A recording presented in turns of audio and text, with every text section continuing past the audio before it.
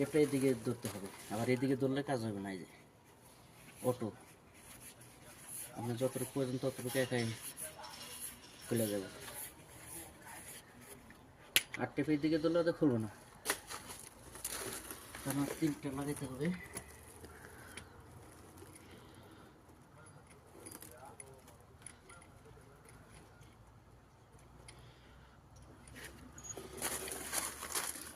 এটা টেপ দেওয়া হয় নাই।